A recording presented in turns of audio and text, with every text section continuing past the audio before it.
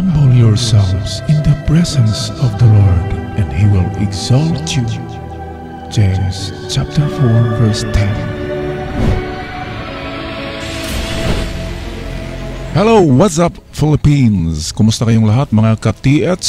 Sa lahat ng ating mga subscribers in abroad at dito sa Pilipinas, sa aking mga giliw na subscribers, sana ay nasa mabuting kalagayan at pangangatawan tayo. The best of health is what I wish for you all. At no further ado, atin ang tatalakayin ngayon itong padala na pictures ng ating ka-TH. Ito ay pagong na ulo lamang ang pointer at walang mga paa. Paano nga ba hanapin ang treasure sa mga ganitong treasure markers ating tunghayan ngayon sa aking video? Alright, magandang araw sa lahat ng mga ka-TH natin na nanonood ngayon sa ating channel. Welcome back sa ating treasure analysis. Ito'y partial lamang at hindi ito 100% effective. Okay, at meron na naman tayong pinadala na picture ng ating ka-TH. At atin ito i-decode isa-isa ang mga kahulugan nito. Sana makapagbigay ng konting ilaw o konting solusyon lamang sa inyong treasure hunting. Ito yung unang symbol. Sa tingin ko ang sign na ito ay hanggang doon sa ilalim ng lupa. Dapat tingnan kung ano talaga ang itsura niyan, pero sa tingin ko ito ay parang arrow ito. Diretso ito sa tingin ko dito na naka-triangle na ganyan.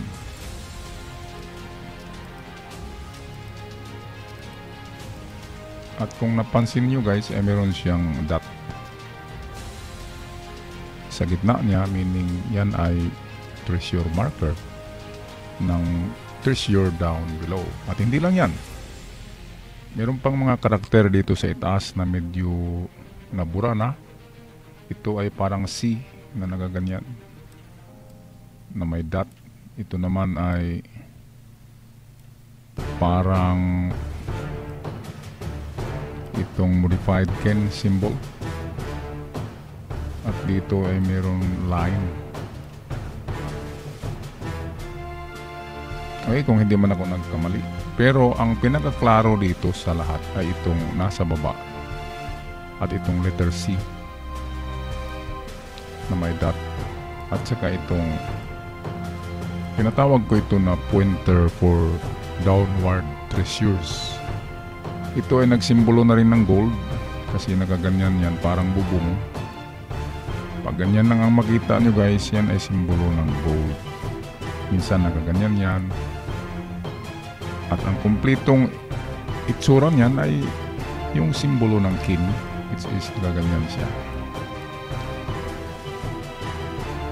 Pero hindi na kasi yan nilalagay ng mga Hapon. Ang ganyang treasure marker ay hindi yan nilalagay nila sa bato, yung kumpletong karakter ng kanji na kin or kani for gold, kasi masyadong mahalata na yan ng kanilang mga kasama. Baka mamaya ay babalikan yun after several years, ay halata masyado kung lagyan nila ng simbolo na kanji for gold.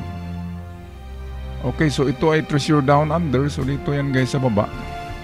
Pero hindi actually na dito sa baba, kundi meron pa yung ilang metro papunta sa kanyang harapan. Okay, so kung ating balikan ito, ang treasure nito ay papunta sa harapan. Para sigurado ay gamitin nyo yung ating formula na 357. Ang 357 niya ay mga distances in meters. Kung saan nakaharap yan, doon ka pupunta ng 5, hukay dyan, 2 meters dig. At 3, 5, ito yung 3, 5, and then 7 ang pangatlong hukay, which is 2 meters lamang ang test dig. At kung walang makitang kakaibang mga bagay sa 2 meters, tigil na and then proceed sa 5 meters. At ganun pa rin kung walang makitang mga bagay na gawa ng tao, proceed pa rin sa inyong 7 meters na test dig. Okay, so maganda ang simbolo na ito, that is treasure down or treasure in front, but meron siyang distansya, which is 3, 5, and 7 meters. Hindi kasi pwedeng isahin lang natin na distansya. Hindi ko naman pwedeng sabihin 3 meters kaagad. Meron talagang adjustment din, guys. I-adjust yan. Okay. Dito naman tayo. Ano ba ang kahulugan, guys, ng inverted letter D? Kung hindi ito letter D, ito ay pointer na meaning to say, kung nakita nyo ay hugis siya na nakaganyan siya. At ano ba yan sa tingin nyo, guys? Kung lalagyan niya ng paa, ayan ay turtle na, di ba? Yan ay pagong. Pero unahin natin sa letter D kung anong kahulugan ng letter D. Kung ito yung letter D, ang letter D is treasure under. So nasa baba niya ang treasure, pero dalawang meaning niyan. Pwedeng dito na front. Mag-adjust ka lang ng 1 to 3 meters galing sa harap niyan. 1 to 3 meters papunta sa harap. At ang pangalawang atake niyo dito, guys, ay sa likod. Kasi itong curve ng D, yan ay arrow. Kung i-decode natin yan, ay nakaganyan yan. Ito yung kanyang point at doon siya nagtuturo. Meaning to say, sa likod ang atake, magukay din doon sa distance na 1 to 3 meters sa letter D, sa likod ng bato na yan. At sa front, 1 and 3 meters din. Okay, so dito ay 1 and 3, ganun din sa front. 1 and 3 meters, test dig of 2 meters. At kung meron nang makitang mga bagay na gamit or gawa ng tao, tulad ng botelya, plato, or even yung mga putol-putol na kahoy or uling, o yung kanilang mga bayonet, yung tinatawag na dagger ng World War II. Kung mayroong mga ganyan, kahit na mga shells ng ammunition, yun ay mga marker, putol na kawayan, black soil, uling, at mga napakaraming dahon na nagiging black soil na rin. Kung mayroong mga ganyan, ay ipagpatuloy nyo ang hukay galing sa 2 meters. Kung ito'y 2 meters na, ay magpatuloy kayo papuntang baba. Patuloy kayo ng 2 to 3 meters. At meron na kayong may encounter dyan na iba't ibang klaseng mga markers at simbolo ng treasures. O kung di man, automatic na yung treasure vault ang inyong matagpuan. Okay, dito naman tayo sa itong sign na ito. Lakihan natin kunti. Ano sa tingin nyo ito, guys? Ito ay parang sadyang pinurma na ulo ng, ito'y ulo ng, kung tingnan nyo, ano bang klaseng nilalang ito? Para siyang beetle or parang pagong. Sabihin na lang natin na ito ay pagong. Meron siyang mata at meron siyang hole, which means treasure under sa likod niya. So dalawa dito ang decoding natin, guys, or even 3 para sigurado kung saan hahanapin ang item. Okay, so meron siyang square sa likod, meaning treasure in boxes or treasure in a box. Under sa pagong. Pero sa tingin ko, hindi ito under.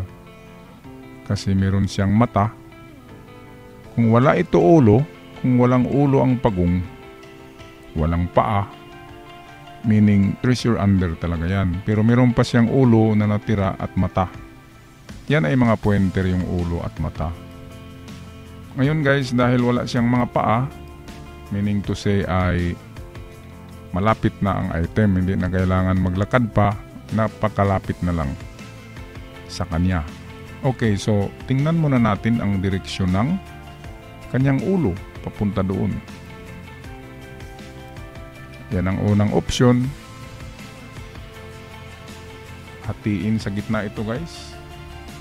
Ganyan, tapos direksyon at ang layo ng mga paghukay kasi ang treasure ay malapit na lang. Diyan na lang tayo sa 1, 3, and 5 meters. Hindi na yung 3, 5, 7.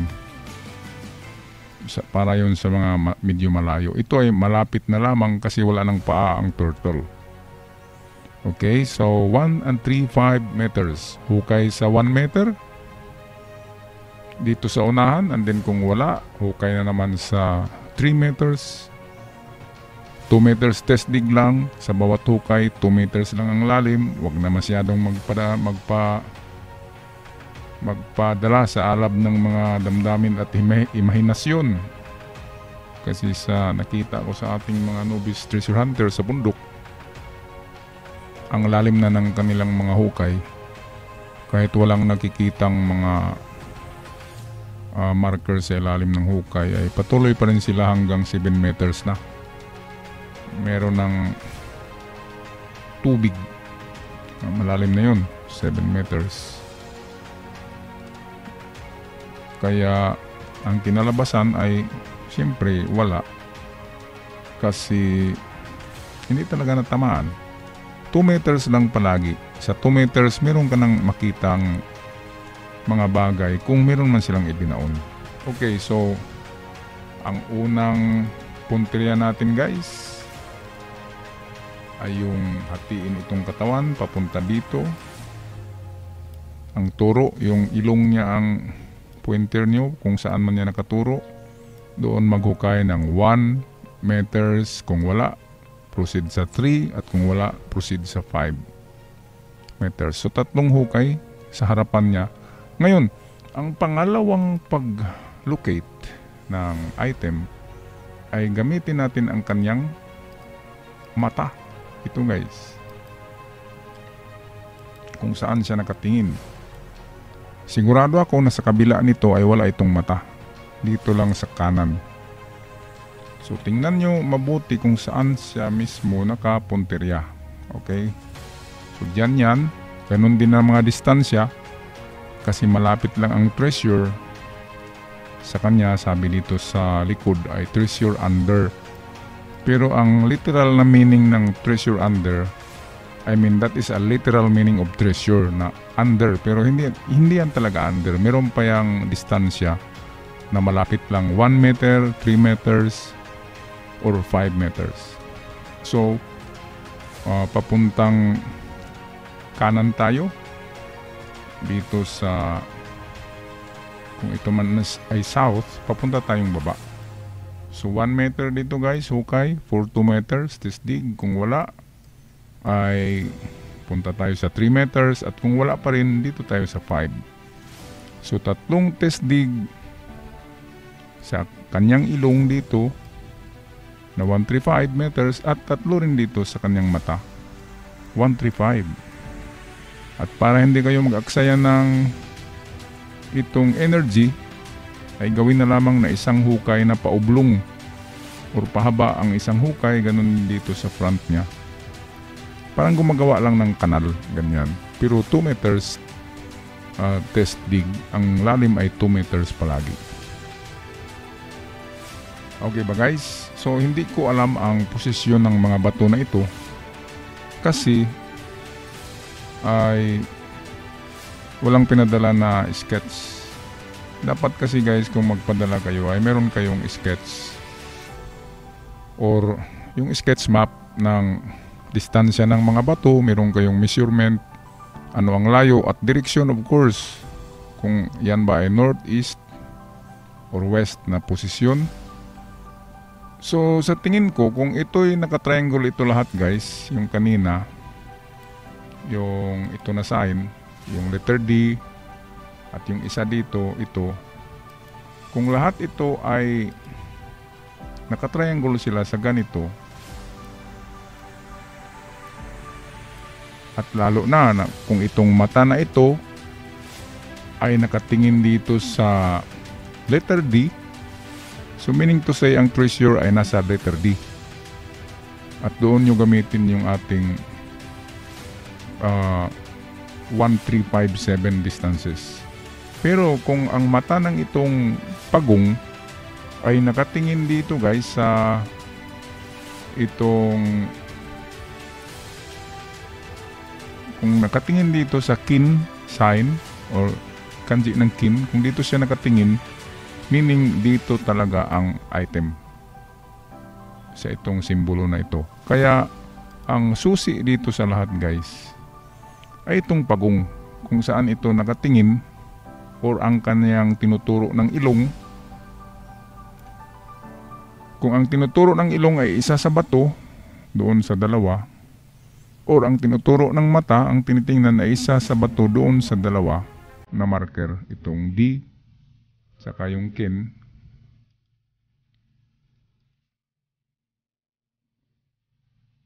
itong letter, itong ken saka yung letter D. Kung ito ang tinuturo guys ng mata nitong pagong, well, doon kayo mag-concentrate. Okay, pero kung ang tinitingnan ng mata or ilong ay wala doon sa dalawa, kung magkahiwalay, sundin nyo lang ang ating formula at ating diagram kung saan maghanap gamit itong turtle sign or itong pagong na ulo na lamang at wala na yung kanyang buntot at mga paa at kamay. Alright, so partial decoding lamang ito guys, pero sana nakapagbigay ng kunting liwanag sa puzzle dyan sa inyong treasure site. Maraming salamat sa pagpadala ng inyong mga treasure markers para mabigyan kayo ng pattern o gabay at mga meaning ng mga signs na yan. Ako'y magpaalam na, sana ay nasa mabuting pangangatawan at kalagayan. God bless you all, and don't stop chasing for your golden dreams. Ciao for now.